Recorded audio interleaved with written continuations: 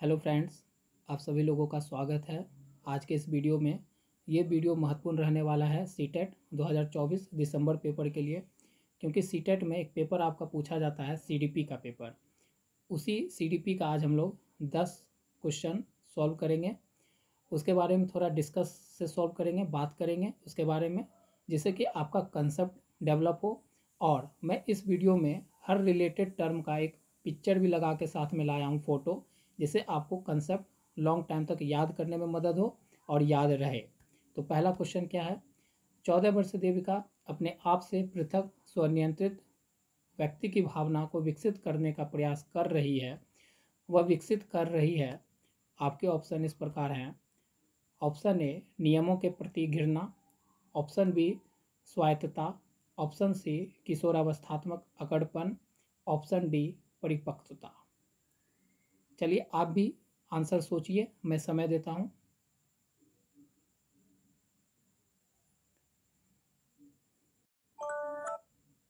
तो इस प्रश्न के सही जवाब हैं ऑप्शन बी। अब इसके बारे में थोड़ा डिस्कस करते हैं। यहाँ पर जो एक लड़की है देविका, वो 14 वर्ष की है और वो एक भावना को विकसित कर रही है अपने आप में। वो भावना है पृथक स्वनियंत्रित का, मतलब अपने पे नियंत्रण कर रही है और दूसरों का अपने पे नियंत्रण उसको बर्दाश्त नहीं है, उसे पसंद नहीं है। ठीक है, तो मतलब आज़ादी उसे चाहिए, उसे दूसरे का रोक टोक अपने जीवन पर पसंद नहीं है, ये कहना का मतलब है।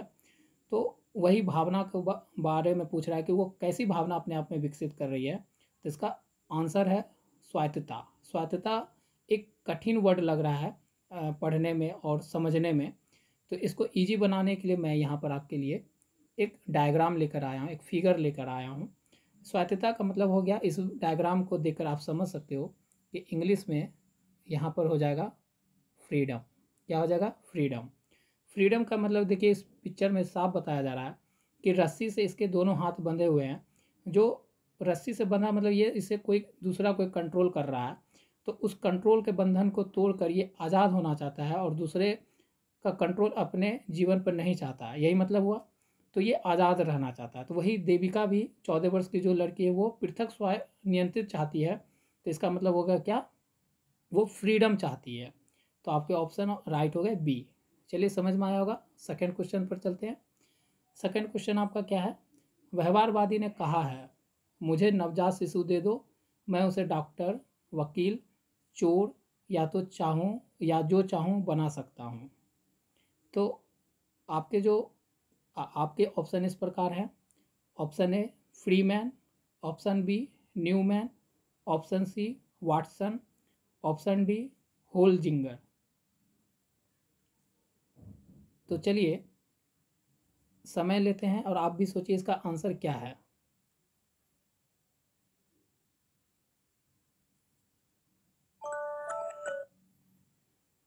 चलिए आप लोगों ने आंसर सोच लिया होगा। तो आपके इस प्रश्न का आंसर है वाटसन, ऑप्शन सी। तो वाटसन वो व्यवहारवादी व्यक्ति थे जिन्होंने कहा था कि मुझे नवजात शिशु दे दो, मैं उसे डॉक्टर, वकील, चोर या जो चाहूँ बना सकता हूँ। ठीक है, तो चलिए, और ये फिगर जो है वाटसन सर के हैं। तो आगे चलते हैं। क्वेश्चन नंबर थर्ड क्या है?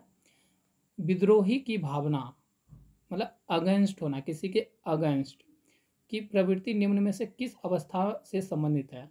ठीक है, विद्रोह की भावना मतलब किसी के अगेंस्ट हो जाना, यही तो हुआ कि प्रवृत्ति निम्न में से किस अवस्था में ये होता है, किस एज, आयु एज में होता है। तो आपके ऑप्शन इस प्रकार हैं। ऑप्शन ए बाल्यावस्था, ऑप्शन बी पूर्व किशोर अवस्था, ऑप्शन सी शैशवावस्था, ऑप्शन डी मध्य किशोर अवस्था। समय लीजिए, आंसर आप भी अपने मन में सोचिए।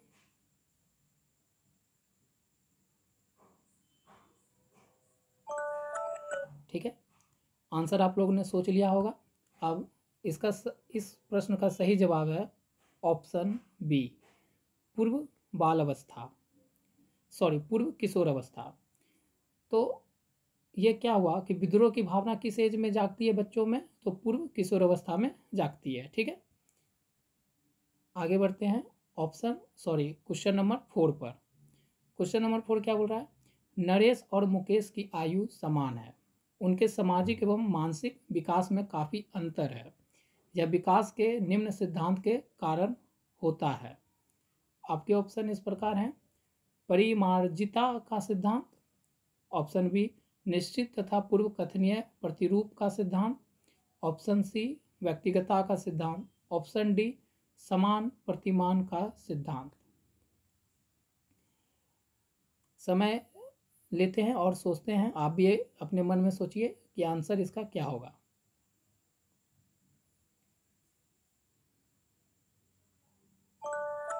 तो आप लोग ने भी आंसर सोच लिया होगा। तो इस सवाल का क्वेश्चन 4 का आंसर है ऑप्शन सी। चलिए इस पे बात करते हैं कि नरेश और मुकेश जो है सेम आयु के लड़के हैं, ठीक है, उनका एज क्या है, सेम है। एग्जाम्पल में मान लीजिए उसका 10 साल है तो उसका भी 10 साल है। उनके सामाजिक एवं मानसिक विकास में काफ़ी अंतर है, मतलब सामाजिक मतलब सोशल और मानसिक मतलब ब्रेन से जो रिलेटेड विकास हुआ है, डेवलपमेंट हुआ है, दोनों का अलग अलग हुआ है, दोनों में अंतर है, मतलब अंतर है। यह विकास के निम्न सिद्धांत के कारण होता है। ये ऐसा अंतर क्यों देखने को मिलता है, दो लोगों में सामाजिक और मानसिक विकास अलग अलग तरीके से होते हैं, ये विकास के किस सिद्धांत के कारण होता है। तो इसका आंसर हम लोग ने मारा है व्यक्तिगतता का सिद्धांत। व्यक्तिगतता का मतलब क्या होता है, इंडिविजुअल। इंडिविजुअल, ये देखिए मैंने एक यहाँ पर फोटो लिया है, उसमें ये इंडिकेट कर रहा है इंडिविजुअल मतलब भीड़ से अलग, भीड़ से अलग मतलब आप दुनिया में जो है एक अलग हो, आपका जो विकास होगा सामाजिक या मानसिक विकास होता है वो आपके साथ में रहने वाले से अलग होता है, ठीक है, यही इस पिक्चर में शो कर रहा है, ठीक है। तो ये विकास के किस सिद्धांत पर आधारित होता है, तो व्यक्तिगतता का सिद्धांत, ठीक है। आगे बढ़ते हैं, क्वेश्चन नंबर 5 लेते हैं। क्या है क्वेश्चन नंबर 5, विकास का सिरपदामुखी दिशा सिद्धांत व्याख्या करता है कि विकास इस प्रकार आगे बढ़ता है। आपके ऑप्शन इस प्रकार है, ऑप्शन ए सामान्य से विशिष्ट कार्यों की ओर, ऑप्शन बी भिन्न से एकीकृत कार्यों की ओर, ऑप्शन सी सिर से पैर की ओर, ऑप्शन डी ग्रामीण से शहरी की ओर। समय लेते हैं और आप भी आंसर को सोचिए।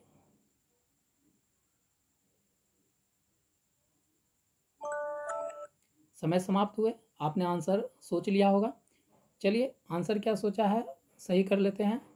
इस सवाल का जो आंसर है, सही जवाब है सिर से पैर की ओर, ऑप्शन सी राइट है। देखिए इस पे थोड़ा बात करते हैं। बोला जाता है कि विकास जो होता है ना, विकास वो दो दिशा में चलती है। कितने दिशा में चलती है, दो दिशा में। एक सिर से पैर की ओर चलती है और एक मध्य से बाहर की ओर चलती है। तो यहाँ पर क्वेश्चन है सिर से पैर वाला। सिर पदामुखी का मतलब हुआ सिर से पैर वाला, नाम में ही छुपा हुआ है, तो इसका आंसर आपको ज़्यादा समझने में दिक्कत नहीं होगी।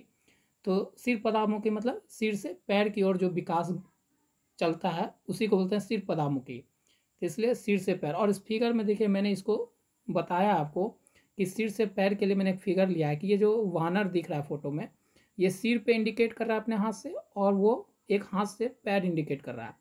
तो यही बात हुआ कि सिर पदामुखी का मतलब होता है विकास किस से किस ओर चलता है सिर पदामुखी में, तो सिर से पैर की ओर चलता है, ठीक है।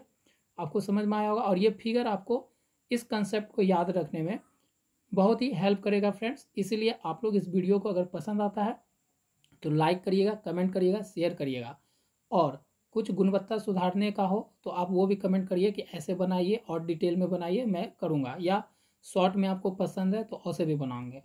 चलते हैं नेक्स्ट क्वेश्चन पर। 6 नंबर क्वेश्चन क्या है कि निम्नलिखित में से कौन सा वृद्धि और विकास के सिद्धांतों से संबंधित नहीं है। यहाँ पूछ रहा है कि कौन सा वृद्धि और विकास से संबंधित नहीं है, ध्यान देंगे नहीं। तो वृद्धि और विकास से कौन सा सिद्धांत जो है संबंधित नहीं है। आपके ऑप्शन इस प्रकार हैं, ऑप्शन ए निरंतरता का सिद्धांत, ऑप्शन बी वर्गीकरण का सिद्धांत, ऑप्शन सी समन्वय का सिद्धांत, ऑप्शन डी व्यक्तिगतता का सिद्धांत। चलिए आप भी सोचिए, समय लेते हैं, आप भी आंसर को माइंड में सोचिए।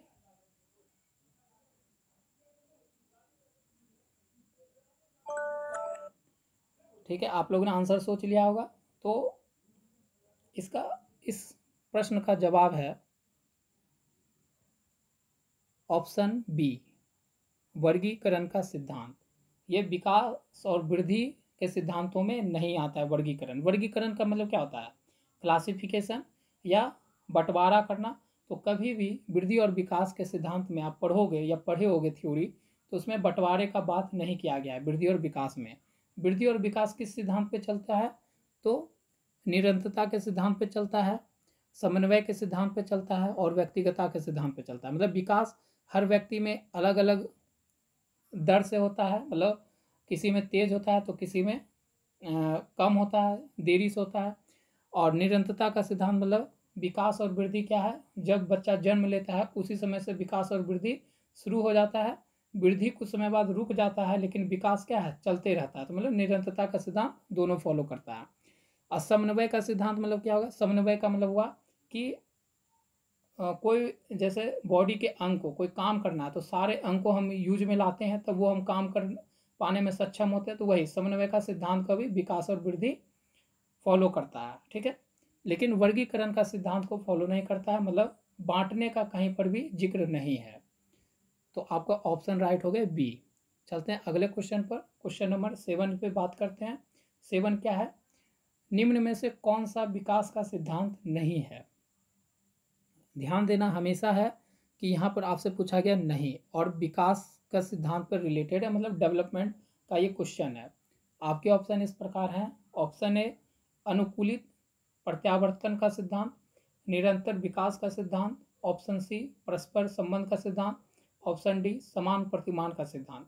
समय लेते हैं, आप भी अपने माइंड में आंसर सोचिए।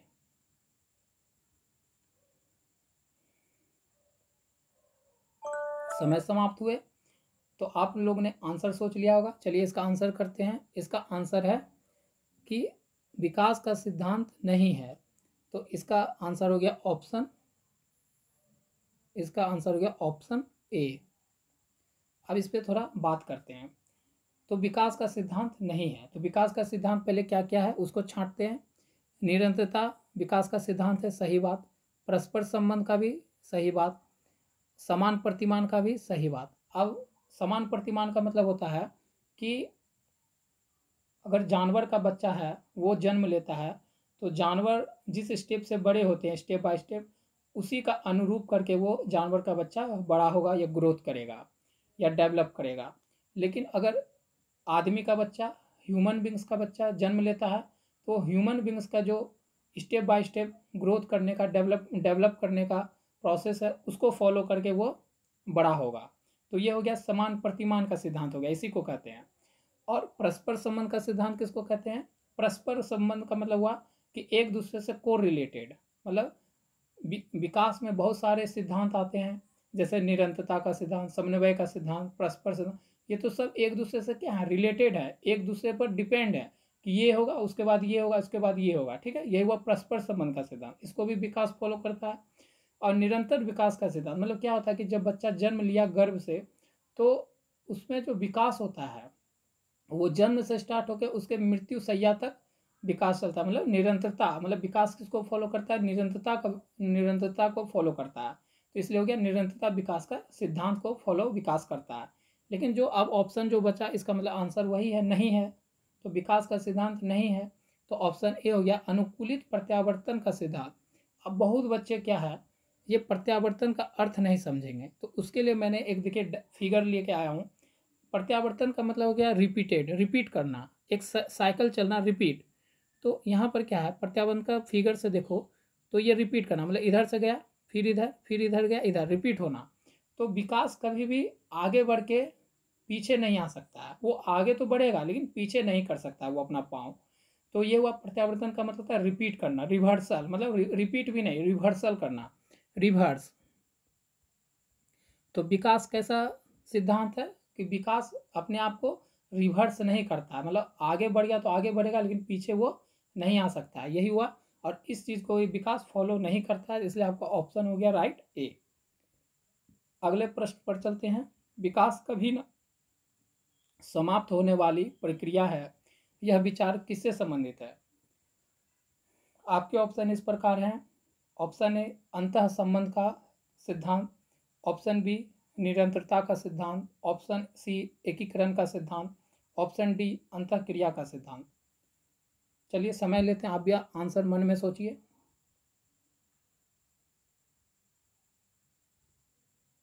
समय समाप्त हुए, आपने भी आंसर सोच लिया होगा, तो चलिए आंसर करते हैं। इसका आंसर क्या होगा? तो विकास कभी ना समाप्त होने वाली प्रक्रिया है। यह विचार किससे संबंधित है? तो ये है ऑप्शन बी राइट होगा इसका, निरंतरता का सिद्धांत। मतलब अभी मैंने डिस्कस किया पिछले क्वेश्चन में कि विकास कभी ना समाप्त होने वाले, मतलब विकास जब जन्म लेता है कोई बच्चा, तो जन्म से लेकर मृत्यु सैया तक चलता है, विकास चलते रहता है, कुछ ना कुछ विकास होते रहता है। तो विकास कैसा है नेचर में? तो निरंतर, मतलब कंटिन्यूटी वाला है, मतलब चलते रहता है। तो इसलिए ऑप्शन बी राइट हो गया। ठीक है, आप क्वेश्चन नंबर 9 डिस्कस करते हैं। क्वेश्चन नंबर 9 क्या बोलता है? विकास की गति एक किंतु यह एक व्यक्ति से दूसरे में भिन्न होती है, नमूने का अनुगमन करती है। देखिए प्रश्न को फिर से घुमा के पूछा है, लेकिन अभी हम लोगों ने डिस्कस कर लिया है। तो आपके ऑप्शन इस प्रकार है। ऑप्शन ए एडी से चोटी, ऑप्शन बी अव्यक्तिकता, ऑप्शन सी अप्रत्याशित, ऑप्शन डी क्रमबद्ध और व्यक्तित्व। चलिए समय लेते हैं, आप भी आंसर को सोचिए।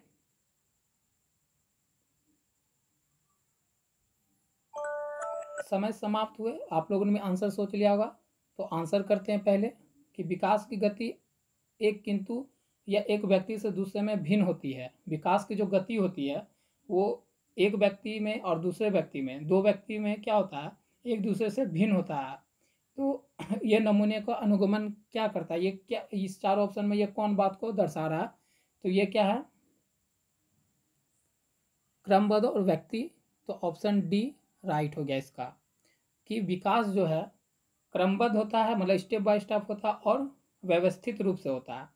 जैसे कि आप फिगर में भी देख सकते हो कि इस फिगर में बच्चा पहले क्या है, बैठना सीख रहा है, फिर थोड़ा खड़ा होना, फिर थोड़ा ऊपर खड़ा होना, फिर चलना, फिर दौड़ना। तो विकास क्या होता है कि विकास जो है हर व्यक्ति में, एक दूसरे व्यक्ति में, एक से दूसरे व्यक्ति में क्या अलग रेट से, गति से विकास करता है बच्चा, और वो एक क्रमबद्ध और व्यवस्थित रूप से होता है। ठीक है, तो ये आपका ऑप्शन डी राइट हो गया। फिगर से आप लोग को क्लियर ज़्यादा होगा, इसलिए मैंने फिगर के थ्रू लेकर आया हूँ। चलिए 10 नंबर क्वेश्चन डिस्कस कर लेते हैं। आज का लास्ट क्वेश्चन है। क्वेश्चन नंबर 10 क्या बोलता है? निम्नलिखित में से कौन सा विकास का सिद्धांत है? आपको पूछ रहा है कि इस चार ऑप्शन में कौन सा विकास का सिद्धांत है, मतलब विकास का सिद्धांत किसको फॉलो करता है इस चार ऑप्शन में। तो बताइए, आप लोग बता दोगे, और आप लोग समय लेते हैं, आप भी माइंड में सोचिए।